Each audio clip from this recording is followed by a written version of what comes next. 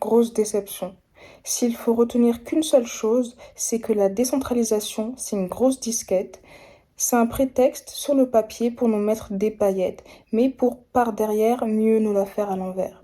Je sais pas si tu as la même sensation, mais ce qui s'est passé cette semaine laisse tomber en fait. C'est ouf. De toute façon, on va y revenir. Que des grosses dingueries avec les hacks de Solana, de NIR. Bref, tu connais. Si tu connais pas, chaque dimanche, on revient ensemble sur l'actualité la plus croustillante autour des cryptos. Si c'est un sujet qui éveille ta curiosité ou te passionne de manière incommensurable, tu sais ce qu'il te reste à faire. Donc ici, on est au calme, on va crescendo. Donc prends ta petite boisson sur le tech et c'est parti. On va commencer avec Tiffany. Ils se sont fait plus de 7 millions de dollars avec leur collection NFT. Coup de maître pour Stéphanie, bravo. Retour sur une collection qui a fait sold out contre toute attente. Donc le 31 juillet, ils annoncent leur collection NFT réservée aux détenteurs de CryptoPunk. Le concept, c'est que ces personnes pourront recevoir un bijou fait main de leur NFT. Quantité limitée à 250 NFT, prix minimum 30 Ethers, soit à peu près, on va dire 30 000 dollars si on estime qu'un Ether c'est 1000 dollars. Le prix fluctue, tu connais. Quantité d'achat par personne limitée à 3. Donc quand ils ont fait leur annonce sur Twitter, t'as plein de gens qui étaient en mode ouais, 3 Ethers, c'est trop abusé, tout ça, tout ça. Mais ils ont fait sold out. Donc en tout, ils se sont fait 30 fois 250, ce qui équivaut à 7500 Ethers, soit à peu près 7,5 millions, plus ou moins en fonction du cours. D'ailleurs, je pense même que c'est plus.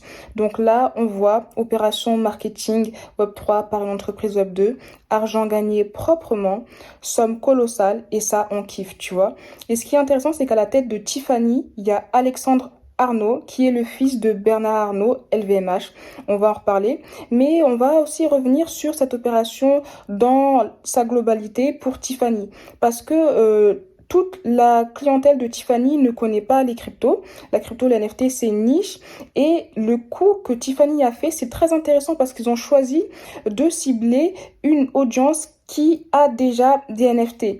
Et donc ça, c'est très ingénieux parce qu'ils connaissent les NFT, ils savent en acheter. Et au-delà de ça, c'est pas une collection NFT qui a un petit prix. Donc ils savaient aussi que les détenteurs de ces NFT avaient les moyens d'acheter les NFT de leur collection. Et même si les détenteurs de CryptoPunk n'étaient pas forcément clients chez Tiffany, le simple fait qu'on leur adresse une collection dédiée, ça les attire, tu vois. Et donc c'est top pour Tiffany.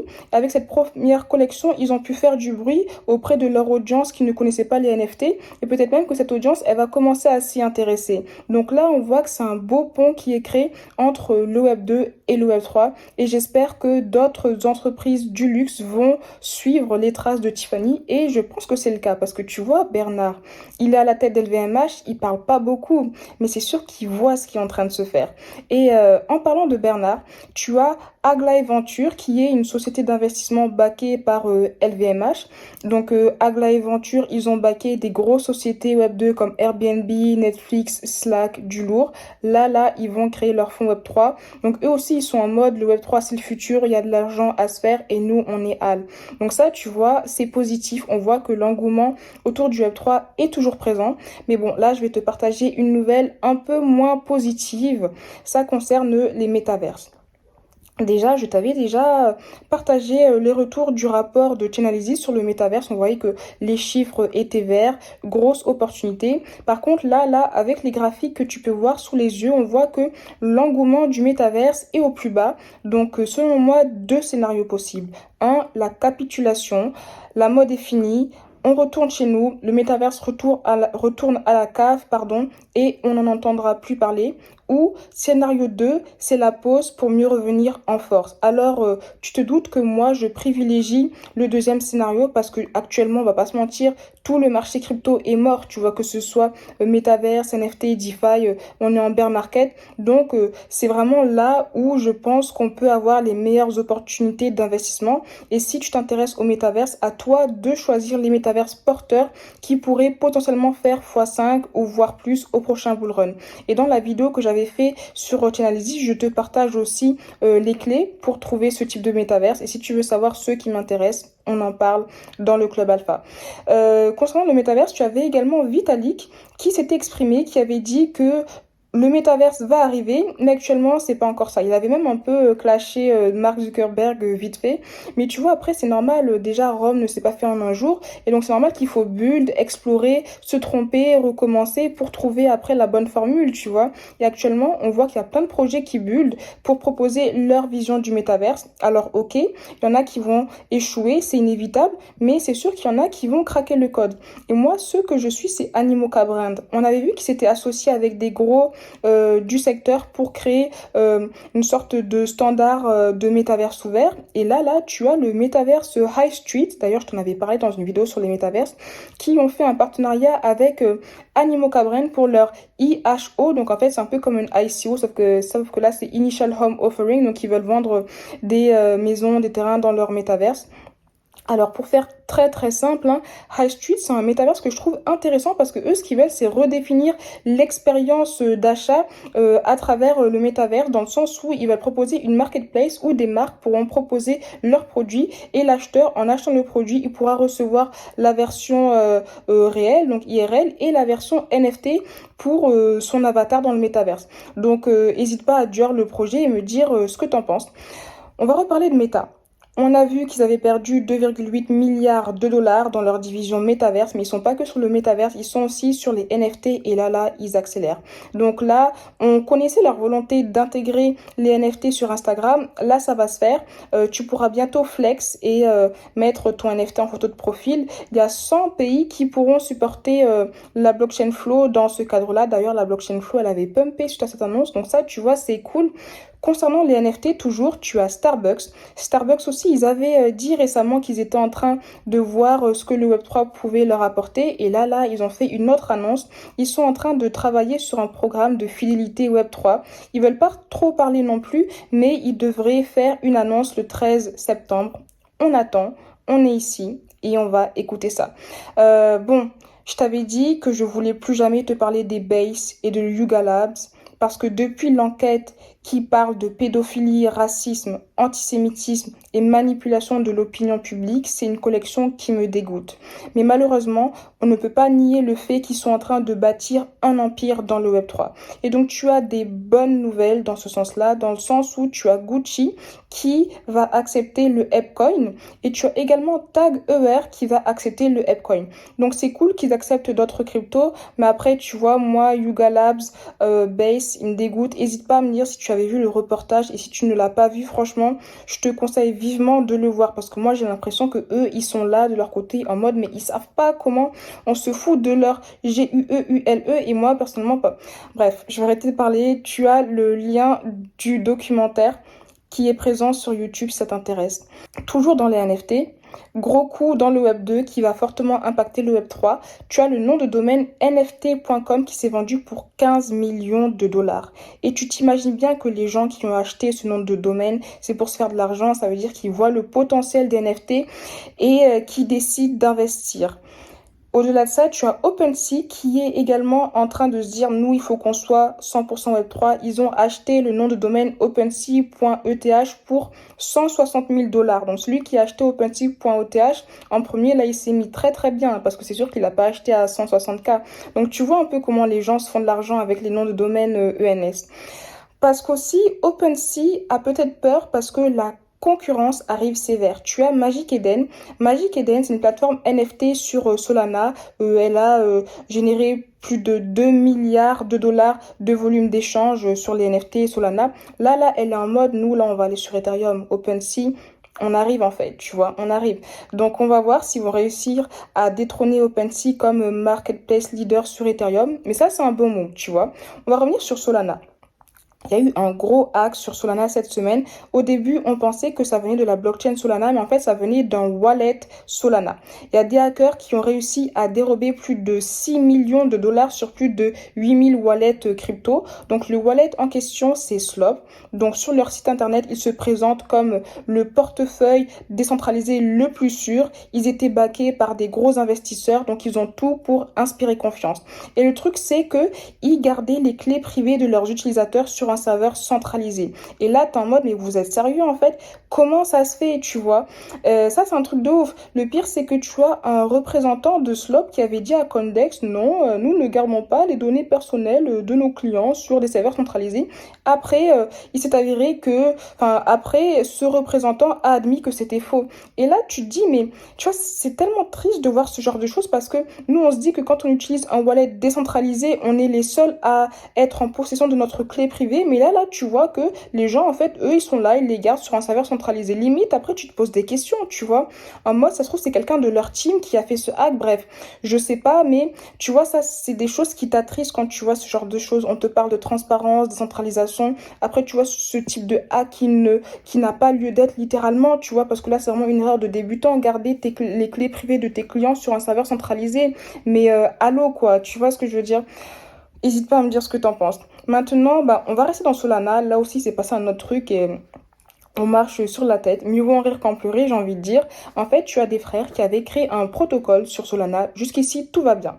Le truc, c'est qu'après, ils ont créé plein de fausses identités pour créer d'autres protocole dans le but d'alimenter leur protocole principal. Le but, c'était de donner l'impression que leur protocole était fortement utilisé avec une forte TVL. Donc la TVL, c'est la Total Value Locked. Donc le montant total d'argent bloqué sur un protocole. Plus la TVL est élevée, plus on peut considérer que le protocole a du succès et est utilisé par beaucoup de personnes ou en tout cas par des personnes qui ont un gros portefeuille. Et tu vois, c'est triste de voir ça parce que là, il y a des gens peut-être qui vont voir leur protocole, ils vont se dire ah mais c'est bien, il y a une forte TVL, il m'inspire confiance, alors qu'en fait non, une grande partie de la TVL c'est eux-mêmes qui ont créé d'autres, enfin ils ont créé un système pour alimenter leur protocole. Et tu vois, ça c'est une autre chose qui me dégoûte en fait dans tout ce truc de Web3, décentralisation. Et malheureusement, tu vois, en tant qu'utilisateur, ce n'est pas forcément des choses qu'on peut voir parce qu'on n'a pas forcément l'œil technique développeur pour creuser à fond. Et ça, c'est des choses aussi qui peuvent freiner l'adoption massive parce que les gens, quand ils voient ça, ils se disent mais ça m'inspire pas confiance avec tous les hacks. Et d'ailleurs, en parlant de hacks, dans la catégorie argent garni salement, somme colossale, on va demander la plateforme Nomad. Plus de 150 millions ont été dérobés. Nomad, c'est un pont qui permet de transférer des tokens d'une blockchain à l'autre. Donc, ils ont fait une mise à jour de leur protocole et il y a un bug qui est apparu qui a permis à toute personne qui avait les compétences techniques nécessaires de se servir au calme et prendre l'argent. Donc, ils se sont servis, tu vois, normal. Donc, en tout, plus de 150 millions dérobés. Ce qui est bien, c'est que tu as des hackers gentils, donc des white hackers, qui ont retourné 22 millions de dollars en tout. Après, tu as Nomad qui a dit qu'il paierait 10% les hackers qui décideront de retourner les fonds et qu'aucune poursuite judiciaire ne sera lancée contre eux. Donc, à voir comment ça va se passer. On va parler de Nier. Donc Nier aussi, eux, franchement, ils ont trop déçu, mais il y a quand même une fin positive. Donc ils ont annoncé qu'en juin, ils étaient victimes d'un hack, fuite de données, pareil, le même délire que Slop. Déjà, là aussi, tu dis, mais les gars, pourquoi vous mettez les données de vos utilisateurs sur un serveur centralisé? Mais bon, on en a déjà parlé. Par contre, le truc positif, c'est qu'ils ont réussi à maîtriser la situation pour que cette fuite n'impacte pas les wallets de leurs utilisateurs. Donc ça, c'est cool, tu vois. Et sinon, moi, le conseil que je voudrais te dire, c'est que par exemple, quand tu te crées un portefeuille NIR, tu as le choix de lier ton adresse mail, peut-être le téléphone, je sais plus, mais ne le fais surtout pas. Ne lie surtout pas ton adresse mail ou ton numéro de téléphone à un wallet Web3 ou toute autre application Web3. Si tu peux uniquement avoir ton wallet, c'est mieux parce que plus tu relis des informations à tes comptes, plus tu augmentes le potentiel de te faire hack, et que ce soit par phishing ou par un SMS qu'on t'enverrait avec un lien frauduleux. Faut vraiment se méfier. Là, on va parler de Binance. Alors, nouvelle pas très positive concernant Binance. En fait, ils ont mis à jour leurs conditions d'utilisation et ce qu'ils proposent, franchement, c'est un peu abusé. Je te laisse lire par toi-même. Sur Twitter, il y a Doc Marmotte qui a fait un excellent thread en reprenant les parties les plus pertinentes et c'est abusé en fait ce qu'ils proposent. Et je sais pas aussi s'ils t'ont contacté, mais moi j'avais eu un mail, j'avais l'impression aussi qu'ils veulent acheter en fait tes données pour 10 dollars. En fait, ils m'ont dit ouais, passez votre KYC, vérifiez votre identité contre un voucher de 10 dollars. Après, tu as le PDG qui s'est exprimé sur le sujet. Tu vois, moi je peux comprendre qu'ils veulent se soumettre aux régulations, mais ce qui est en train de se faire quand même, c'est assez particulier. N'hésite pas à me dire ce que t'en penses. Maintenant, on va parler de BlackRock. BlackRock, c'est la dernière grosse entreprise en date à retourner sa veste et être bullish sur les cryptos. BlackRock, c'est une société américaine de gestion d'actifs. Ils gèrent plus de 7000 milliards de dollars, donc tu vois que ce sont des sommes extrêmement colossales. En 2017, ils étaient en mode ouais, t'as vu vos bails de crypto, c'est du blanchiment d'argent, nous on touche pas à ça, vous êtes des ouf, vous faites trop mal à la tête. Ok. En 2021, ils étaient en mode en fait, la blockchain c'est ouf, technologie du futur, par contre le Bitcoin, nous on touche pas à ça, c'est mort. Ok. Et là, en 2022, ils sont en mode ouais, bon, finalement, on va proposer à nos clients d'investir dans le Bitcoin parce qu'en vrai, c'est l'avenir, il y a grave des sous à se faire. Tu vois l'évolution de leur réflexion. Après, c'est positif, tu vois. Donc, du coup, là, ils se sont associés à Coinbase pour proposer à leurs clients institutionnels d'investir dans le Bitcoin. Et ça, c'est cool. Ils vont tous venir dans les cryptos parce que les cryptos, c'est le futur. Nous, on le sait, tu vois. Conviction testostéronée, c'est pour ça qu'on est là. Et nous, on voit qu'on est dans le futur comparé à eux qui sont en mode, ils font les princesses, mais après, ils viennent, tu vois. Tranquille, tout se passe comme prévu. Adoption massive en cours. Maintenant, on va passer de voyager. On sait qu'ils étaient dans les problèmes avec les crashs crypto. Ils étaient en galère, en manque de sous. Ils ont bloqué les retraits. Là, il y a une bonne nouvelle parce que là, ils pourraient rembourser leurs clients. Donc, en gros, ceux qui ont de l'argent sur la plateforme Voyager pourront retirer jusqu'à 100 000 dollars toutes les 24 heures et ils devraient recevoir leur fonds dans les 5 à 10 jours suivants. Donc, ça, c'est cool, tu vois, c'est positif. Et on va terminer en parlant d'Ethereum. Donc, on sait qu'Ethereum est en train de faire sa transition pour passer du proof of work au proof of stake. Le truc, c'est que ce n'est pas une nouvelle qui fait l'unanimité et tu as des gens qui veulent forker Ethereum pour créer une blockchain proof of work. Donc, on va revenir sur cette notion de fork. Donc, en fait, fork, c'est fourchette ou embranchement, c'est-à-dire une subdivision d'une voie principale. D'où fourchette, parce que fourchette, tu as une voie principale, après, tu as des subdivisions. Et dans le cadre de la crypto, un fork, pour faire extrêmement simple, c'est créer une nouvelle version d'une blockchain en changeant quelques paramètres dans son protocole. Et sur le sujet, tu as Cryptos qui a fait une vidéo extrêmement bien sur le sujet. Je t'invite vraiment à la regarder. Et dans le fork, tu as plusieurs types de fork. Tu as le hard fork et le soft fork. Et là, je voulais te partager plusieurs cas concrets où un fork peut être créé. Par exemple, il y avait un fork de Bitcoin Cash, qui avait été créé parce que les gens voulaient faire une mise à jour sur la blockchain Bitcoin. Tu avais les gens qui étaient en mode non, nous, on n'est pas d'accord avec cette mise à jour. Du coup, on va créer notre fork. Et donc, ils ont créé leur fork. Et dans le cadre d'Ethereum, en fait, en 2016, tu avais, je crois, c'est The DAO qui s'était fait hacker 150 millions de dollars. Et suite à cela, la fondation Ethereum, elle avait décidé de forker Ethereum pour annuler le hack. Donc, nous, la blockchain qu'on utilise actuellement, c'est cette blockchain forkée et l'ancienne blockchain est Ethereum classique. Et dans le cas là actuel, tu as des gens, notamment Chandler Go, qui veulent forker Ethereum pour garder Ethereum Proof of Stake. Bon, c'est pas du tout une nouvelle qui fait l'unanimité. Il y a beaucoup de risques sur cette nouvelle blockchain. Tu as aussi même beaucoup de personnes qui disent faites attention, ne misez pas sur ETHPAO parce que c'est une blockchain qui est vouée à l'échec. Même les stablecoins ne valident pas. Bon, tu as quelques plateformes qui ont dit que oui, nous on pourra potentiellement accepter cette blockchain sous certaines conditions. Mais bon, voilà, faut vraiment prendre cette nouvelle avec des pincettes. N'hésite pas à me dire ce que t'en penses. C'est tout pour moi. Donc si c'est pas fait, pense à t'abonner à la chaîne, mettre un petit j'aime pour donner de la support, en commentaire. Et puis tu peux rejoindre la lettre alpha, rejoindre ton CryptoKit pour avoir le guide de Crypto Pépites et le club alpha si tu veux qu'on creuse ensemble les crypto pépites qui pourraient potentiellement faire 1 x 10 ou plus pendant le prochain bull run. C'est tout pour moi. Pense à Dior parce qu'ici aucun conseil en investissement. Et moi je te dis à très très très très très très vite.